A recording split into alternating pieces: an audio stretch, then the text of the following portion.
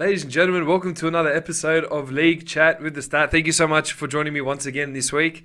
I'm the man Stat, and another great round that has gone by once again, round 18. Now, again, I don't like starting podcasts like this and getting into this topic, but on behalf of the team here at League Chat with the Stat, just want to send our condolences to the Cordner family for the passing of their cousin Joel Dark. As far as I'm concerned, made his first grade debut in the Newcastle region, 21 years old, and didn't make it through that game. And obviously very sad. In previous times, I've had a cousin that played footy that passed away as well at the age of 23. So I definitely feel for Boyd Cordner and the family and know exactly how tough it is, especially being that young. So on behalf of the team here, just wanted to send our condolences to the family. And our best wishes to Boyd Cordner and the family in this troubling time. Now, let's get straight into round 18 and a great matchup that started the first week. Rabbitohs 26 to the Tigers 24. Now, Rabbitohs were just shot off the blocks, didn't they? Got to a quick start, 20 points to nil very, very quickly. Now, they really took over that game, especially that first half. They definitely dominated, and the Tigers just couldn't rebound from that. They got off to another slow start. One of the best things from that game, and probably the best thing of all season, was Luke Brooks and Dan Gagai getting into a bit of a punch-on. I love seeing that stuff, and finally I'm sick of the push and shove, and it was good for them boys to just get in amongst it and just throw a few haymakers. It was beautiful to watch. It was good connection that Brooks got on Gagai, and then Gagai eventually threw a few uppercuts onto Brooks, which I love to see. Again, I'm sick of the pushing and the shoving. That's got to go. If you're just going to punch on. None of this pushing and shoving rubbish. But look, credit to the Tigers in the sense that they did fight back. Benji Marshall led the way with 2 try assists and 3 line break assists. And especially at one point being, 2 men down, Alex Twal being sin-binned for that professional foul, and Luke Brooks obviously sin-binning for punching Dan Gagai in the head. So they did fight back, and they did get agonisingly close. Benji Marshall's kick with 2 minutes to go, unfortunately, being a bit too deep. But look, it was a win that the Rabbitohs will take. They will need to be better, though, to put it past the Tigers and to put it past any other teams in the future heading into the finals. The standout for me this week, Liam Knight, I thought was great. 17 runs, 172 metres, 72 post-contact metres with a tackle break, offload and 23 tackles, which is a solid 55, 60-minute hit out for him. And Luciano Leilua, who I believe has been one of Tigers' best this year. 16 runs, 138 metres, 76 post-contact metres, 4 tackle breaks, 2 offloads and 28 tackles for the Tigers. Another solid effort from him there. The Tigers officially out of the premiership race and now fighting to keep 9th spot. So a good win for the Rabbitohs, as I said. Will need to be better next week against the Bulldogs, which I'm sure they will, but we'll get to that a bit later. Now, the Seagulls 32 defeating the Bulldogs 20 on the Friday night game. And look, the Bulldogs started pretty well. Got off to a 6-0 lead, then an 8-0 lead. And then that's where it all came crashing down. They took a penalty kick when they had the momentum. If you're 8-0 up, you continue to attack the line. Manly were pretty vulnerable at times. And I thought it was a very stupid decision, being up 8-0 to take another 2 to go 10-0, ruined it for the Bulldogs. Credit to the Seagulls, but 3 tries in 9 minutes. They started to show when they click in attack, they click. And look, Bulldogs, 11 errors. 3 of those were from Lachlan Lewis. Again, as long as he's in the side, I don't think we can do anything well with him being there. As I've mentioned many times, I'm not a big fan. And again, Friday night just proved that on top of the many weeks I've said it. So, look, 38 missed tackles, 11 errors is pathetic on any sort of level. You can't win games like that, unfortunately. And he just confirmed the wooden spoon for the Bulldogs. I find it very hard to see that the Rabbitohs, beating the Rabbitohs and beating Panthers with the last 2 games of the season actually happening. I do see Broncos losing both, but they've got 2 ahead of us. But look, credit to Manly. They clicked in. I thought Martin Tapau was huge. 10 runs, 118 metres, 3 tackle breaks, 3 offloads and 33 tackles. And a big hit out with Adam Fanua-Blake having gone off with that PCL injury. And I thought Morgan Harper was fantastic against his old club. 2 tries, 206 metres, a couple line breaks, 6 tackle busts. Had it all. Kind of looking at that game and thinking to myself, what could have been with Morgan Harper on our side. But look, if I had to take something out of that game, I thought Josh Jackson was someone who stepped it up again for us. Another guy who bleeds blue and white and, again, gave it all in his 122nd game straight. 18 runs, 157 metres, 32 tackles, and a big 80-minute performance once again from Josh Jackson. He will play his 200th game next week, and very excited to see someone like Josh Jackson play 200 games for a club like the Bulldogs. But look, as I said, Sea Eagles 32, Dogs 20. They did so much better, the Sea Eagles, compared to previous weeks, and finally held on for that win. And another shining light for the Dogs, I thought Jake Averillo was fantastic at 5'8". That ball he put in for Matt Dury was very, very good, and something I'd love to see more often. Hopefully Barrett was watching that game and could see a potential future for Averillo in the halves. I know it's only one game, but it was worth looking at it. So, but look, credit to the Sea Eagles. They did well enough to get over the Dogs, 32 points to 20. Penrith Panthers, aren't they just getting better and better each week? Defeating the Eels 20 points to 2. Now, they dominated the Eels in every single stat. Now, they had 17 more sets. They missed less than 20 tackles. Eels missed 41 tackles. And they made 120 less tackles. I mean, 17 more sets. That's 17 more opportunities with the ball. On August 28, 1963, 250,000 people gathered in the nation's capital for the historic March on Washington for Jobs and Freedom. The march rallied Americans to stand up against the continuing political and social injustices African Americans still face 100 years after emancipation. The march took place at a critical moment in the civil rights movement, and tension and racial unrest had been building up throughout the year. With anti-segregation demonstrations making headlines in Alabama, and President John F. Kennedy announcing his intention to pass civil rights legislation, the timing was right for a massive demonstration. Due to security concerns, internal marshals were trained to ensure order within the crowd. But as it turned out, the marchers chose peace, not violence, that sunny Wednesday. The event featured speeches from prominent leaders and musical performances by Josephine Baker, Joan Baez, Bob Dylan, Mahalia Jackson, and many others. The march is probably best remembered for Martin Luther King Jr.'s acclaimed I Have a Dream speech. But we bet you didn't know the real story behind those famous words. King was the last speaker that afternoon, but not because he chose to be. King only spoke last that day because no one else wanted to. When organizers of the march debated who would speak when and for how long, none of the other speakers wanted the last slot because they figured most of the news crews would head out by mid-afternoon. King agreed to go last and to limit his remarks to only 4 minutes. And he didn't have to worry about not making the news. The audience gladly stuck around for his 16-minute speech. The Raiders 37 and defeated the we were Dragons surprised to learn that King hadn't even intended to talk about his now famous dream that Cody day. Ramsey's debut During Washington's prepared speech, Mahalia Jackson called out from behind the podium, "Tell him about the dream, Martin." She was referring to a theme King had touched on in a speech 2 months earlier in Detroit. Honoring her request, King departed from his prepared remarks to deliver the legendary speech we all remember today. Historians believe that the marches and King's speech were important catalysts in passing the Civil Rights Act of 1964 and the Voting Rights Act of 1965. Today, a memorial marks the spot where Martin Luther King described his dream of a better America in one of the most influential and memorable speeches in American history. Get through that first half. Didn't need him in the second half, as you can tell. Bateman scored a phenomenal try. And yeah, just soft tries through the middle. I thought Dragons' defense in the middle was very soft. That try made by Hudson Young, just disgustingly poor from the Dragons. But you can tell that that the Dragons, they're just in this rut, and they'll continue it out for the next 2 weeks, and they're ready for 2021. Yeah, they've had enough for 2020, I can tell. But the Raiders clicked to another gear once again. Hudson Young, their best player, 22 runs, 198 metres with a try, 2 line breaks, a try assist, 5 tackle breaks, and 37 tackles in 59 minutes. Imagine he played 80 minutes. You'd be looking at stats where he'd maybe over 250 metres, maybe over 30 runs, could have scored another try, another line break, and put on another 20-odd tackles in 20 minutes. I thought he was beast. I thought that was a phenomenal performance in 59 minutes. And like I mentioned, Cameron McInnes, 58 tackles and another huge performance from him. Really holding that side together as much as he can, but unfortunately doing it on his own. So, but moving on, Titans 18 defeating the Broncos 6, the younger brother defeating the big brother, which was good to see. Now, one thing I took from that game was the Titans team try. The one where Ash Taylor made that break through to Dry Arrow, then to Corey Thompson, then to young Tony Mapea. I thought that was brilliant. But the Broncos, yeah, they weren't good once again. Another poor performance from them. Again, like the Bulldogs, they shot off to a decent start, and then within 3 minutes, they let in that try, and it was just game over from there.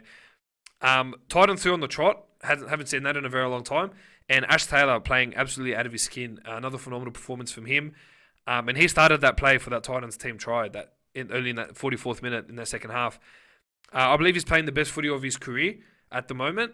And I believe having someone like Jamal Fogarty in the halves has really helped him just to focus on his own game. And Jamal Fogarty has proven, again, another phenomenal player this year for the Titans.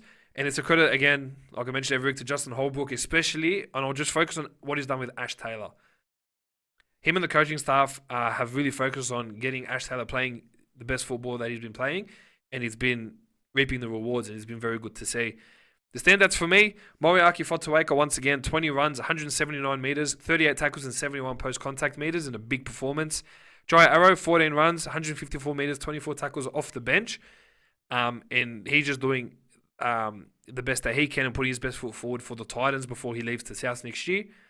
And look, for the Broncos, which other two players could I mention apart from Payne Haas and Patrick Carrigan? Payne Haas, 18 runs, 162 metres, 63 post-contact metres, 4 tackle breaks and offload and 39 tackles.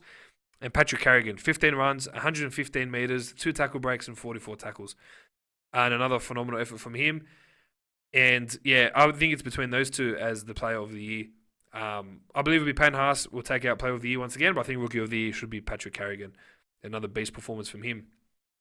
Now, the Roosters 42 defeating the Newcastle Knights 12. And when I watch the Roosters, I just watch a masterclass week in, week out. I love it.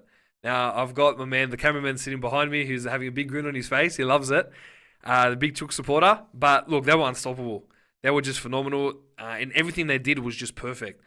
I mean, that left edge raid, they scored 3-4 times on that left edge in that first half was beautiful to watch. I loved it. But yeah, look, it exposed the Knights in that right edge a lot, and it was very, very hard for them to obviously come back from. Being 24-0 down at one point after 22 minutes in that first half, you thought with the way Roosters were going, they could put on another 60 or 70.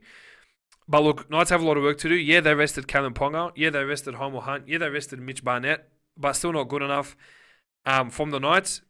Now, obviously, Adam O'Brien would have been very disappointed in that performance, but when you start to look at Luke Keary and James Tedesco, it's just a beautiful show to watch.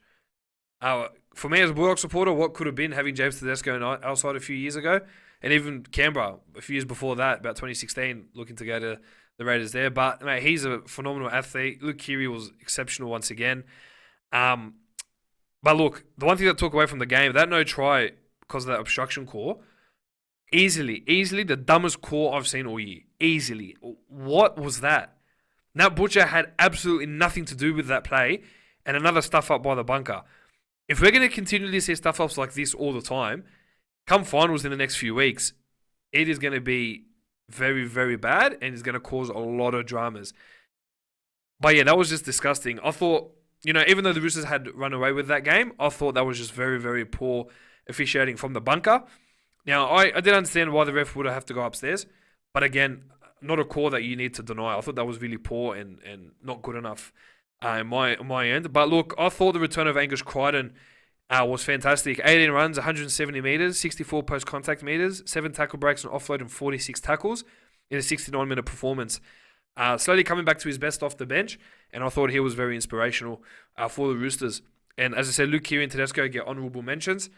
But yeah, they're phenomenal every week. So, by the Knights, yeah, a lot of work to do. They'll get Ponga and Barnett and Hunt back this week, which will hopefully make things better for them against the Dragons, but we'll get to that a bit later. The Storm 36 defeating the Cowboys 20. Now, how good were the Camerons, eh? Cameron Smith, Cameron Munster, phenomenal. Cameron Smith especially, phenomenal performance. Really exposed the weak defence up in the middle of the Cowboys, especially with those first 2 tries. One to Tino Fa'asul Malawi, and the other one to Nelson Asafa Solomona. I thought it was just easy. It were easy tries. Cameron Munster was brilliant. Another 2 tries for him. And you just see Melbourne rolling really nicely leading into that finals. Now, I know that Craig Bellamy would definitely be disappointed to have conceded 20 points to a team like the Cowboys. And the Cowboys were just disgusting. I mean, that first half.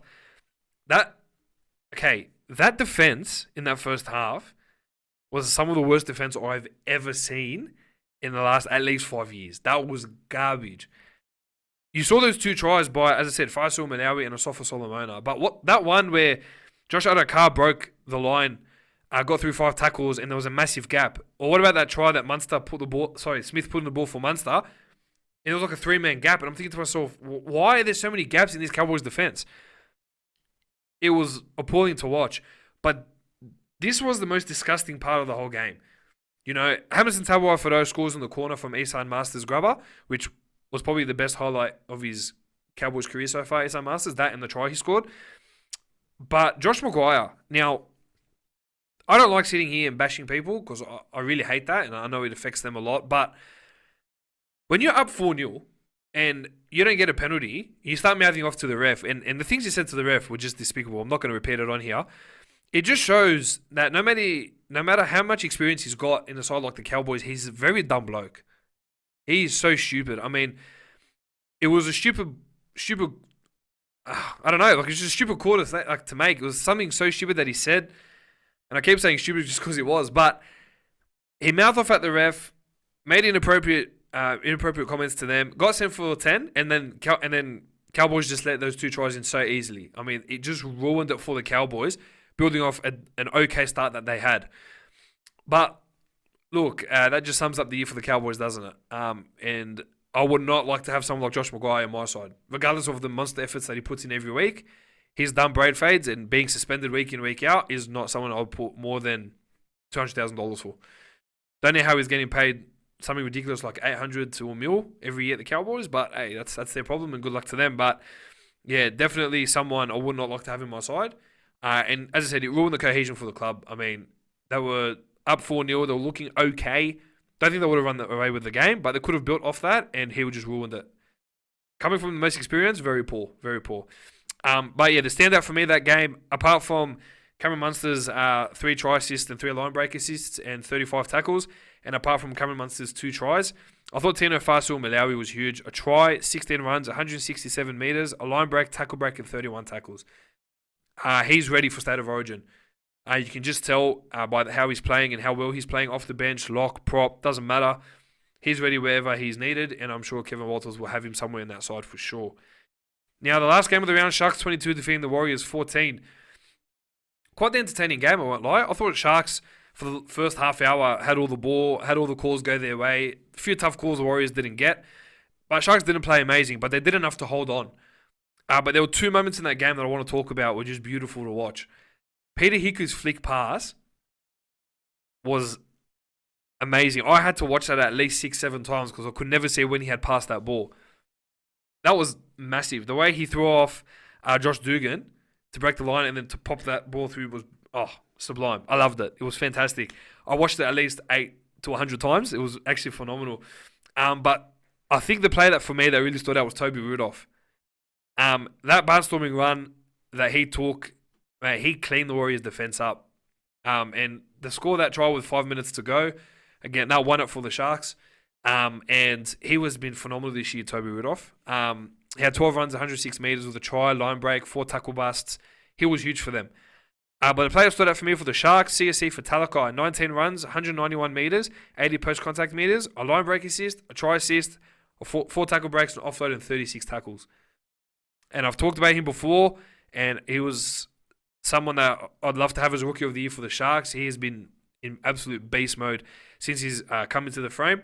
And I spoke a little bit early in the year just about how he was a Garbo and he got sacked from the Rabbitohs and took a lifeline from the Sharks, and it's so good to see him reaping those rewards.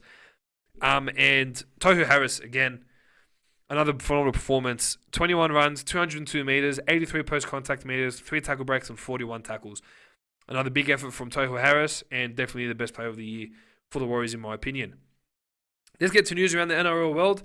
Not a lot to cover this week. I'll just go through the main ones. First things first, Alex Johnston, my man, finally re-signing with the Rabbitohs. The Rabbitohs found some money in the cap, and he also took a bit of a pay cut to stay at the Bunnies, which is good to see from the Rabbitohs. It's good to see all those fans put in that petition. I thought that was very good of them, and it's so good to see Johnston running around with the Rabbitohs for another 2 years. He sacrificed up to $200,000 in doing so as well, so sometimes it's not always about the money, it's about the loyalty. So credit to Alex Johnston, and mate, all the best. Hope you kill it the next few years at the Rabbitohs. Aiden Guerra and Gavin Cooper have announced their retirements at the end of the 2020 season. Both phenomenal athletes. Aiden Guerra was part of that 2013 Roosters Premiership winning side. Has played well in a few Origins as well.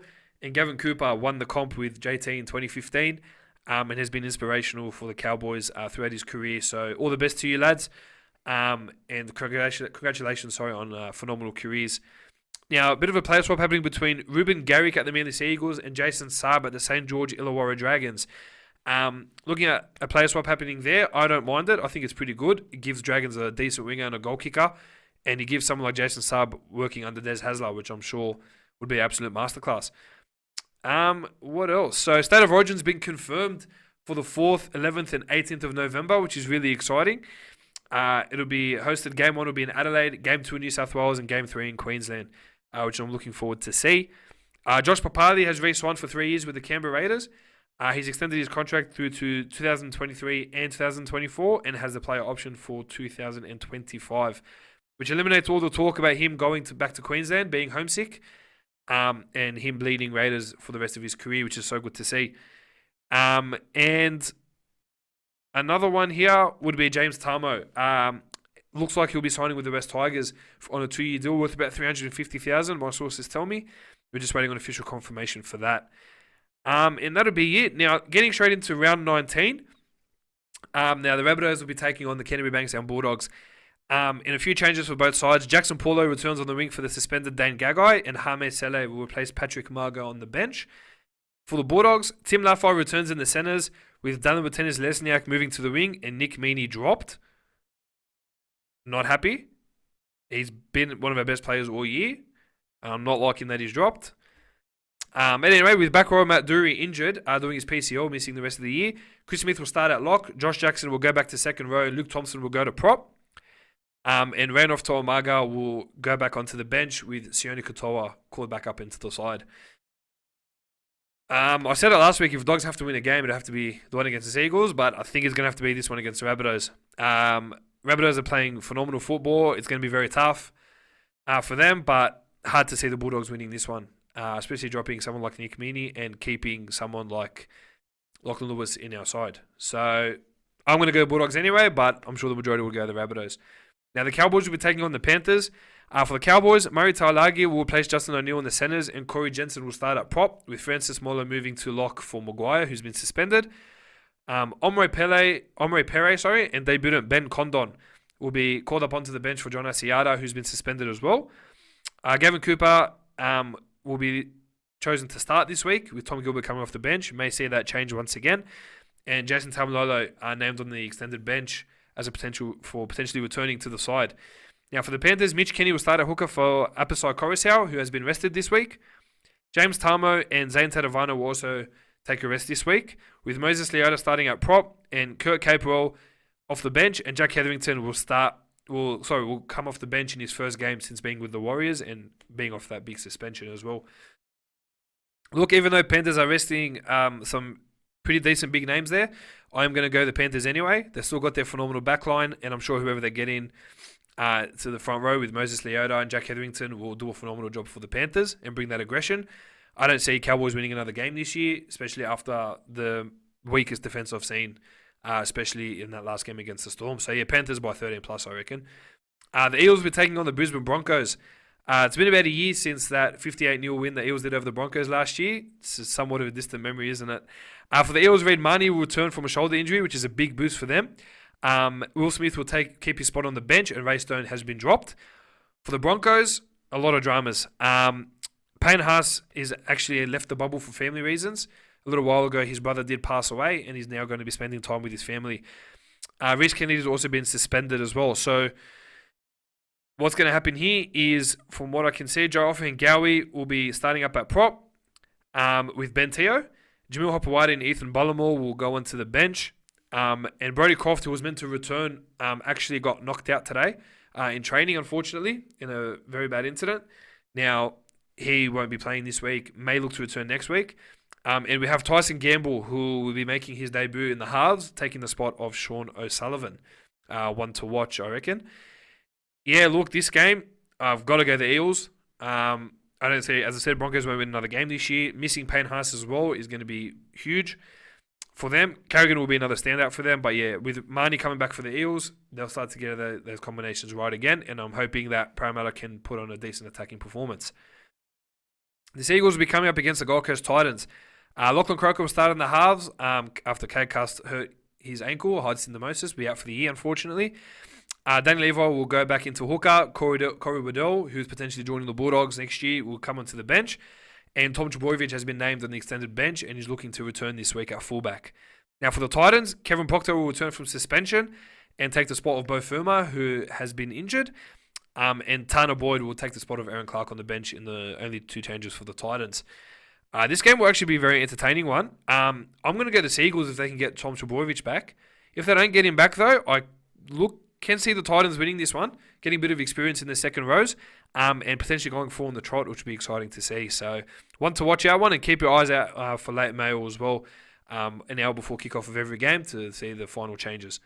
Now, the Storm will be coming up against the Tigers. Christian Walsh will return at prop, with Nelson Asafa Solomona moving to lock and Tino Fa'asul Malawi moving to the bench, and Darren Schoenig will drop out. And Brendan Smith has been named on the extended bench in jersey 18 and could come back into the side. No Ryan Pappenhausen again, I should mention, with Nico Hines still playing fullback, and he was phenomenal last week as well, when I forgot to mention. Now for the Tigers, Joey Leilua will take the spot of Tommy Talau in the centres, and Josh Reynolds will take the spot of Luke Brooks, who's suspended for the week, in the halves. Now Sam McIntyre will start in the back row, with Luke Garner moving to the bench, and Russell Packer and Zane Musgrove, who hasn't played since about round 12 or so, has been called up to the bench, with Jacob Little and Elijah Taylor dropped this week, which will see Harry Grant get another 80-minute performance in. Look, I don't see the Storm losing this one.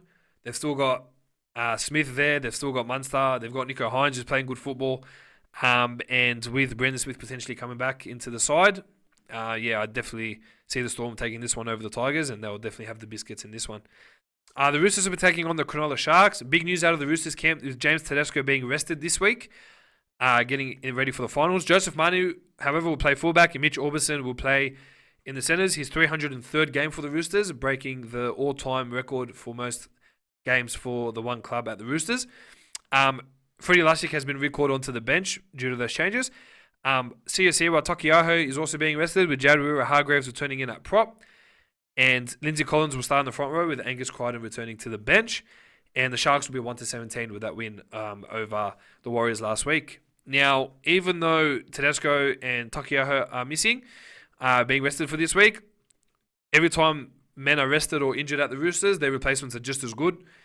And I reckon, Manu at fullback is phenomenal anyway. So I reckon the Roosters will take the biscuits in this one once again. And they'll have that edge over the Sharks this week for sure. The Raiders coming up against the Warriors this week, which will be an entertaining game. The only change for the Raiders, Saliva Havili will start at hooker and Tom Starling will go to the bench. For the Warriors, they're officially out of the race. So what's happened now is that George Jennings and Daniel Alvaro are now back with the Parramatta Eels. Now, what's going to happen here is we're going to see a few changes here. So Jermaine Tanua-Brown has been suspended this week. Lachlan Burr will start on the bench, with Elisa Katoa return. Sorry, Lachlan Burr will start at prop. Elisa Katoa will go back onto the bench, and Tom Ali will make his debut. Tom Ayo, I think, not Ali. Sorry, my typical Lebanese there.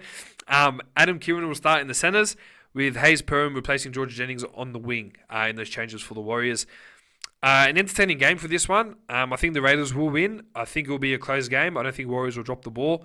And the Warriors have been phenomenal since Todd Payton's taken over. So I think they'll be playing for pride in this game. And the Raiders, I think they're just in too good form at the moment with the way they're going. And for the last game, the Knights will be taking on the Dragons in the last game of round 19. Callum Ponga will return at fullback, with hooker Kurt Mann is suspended this week for that crusher tackle. And 5'8" Mason Lino has been dropped this week. So Tex Hall will be moving into the halves. Chris Randall will go to dummy half, and Phoenix Crossland will come back into the side on the bench. Homo Hunt will take the spot of Gehamat Shibasaki in the centres. And Mitch Barnett will turn out lock, with Jacob Saifidi dropping to the bench and Josh King 18th man. And for the Dragons, Tariq Sims will take the spot of Billy Britton, who's had 2 concussions in 3 weeks, so better to rest him for the year, I believe.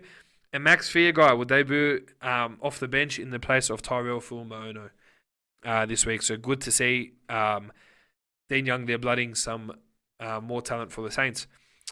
So in this game, I'm going to have to go the Knights. I think Ponga will be back at his best, and we'll, after that week break, we'll have a blinder of a game, and we'll pour more misery onto the Dragons. Now, guys, thank you so much for joining me this week on another edition of League Chat with the Stat. As you know, we are on Facebook and on YouTube, and as you would have seen last week, we are finally on different podcasting streams. So we're on Google Podcast, Apple Podcast, Amazon Alexa, Stitcher, and Spotify, which is very good to see. So once the video goes up on YouTube, we'll have those going through, uploaded onto those different podcasting streams. But look, let's enjoy round 19. Make sure we're listening to all my podcasts. You're downloading them. You're sharing them across to your friends and family. Remember, this is the best NRL chat happening right now. So, but look, thank you so much for your time. We'll see you next week, and we'll hope you guys enjoy round 19. Have a good one, guys. Take care.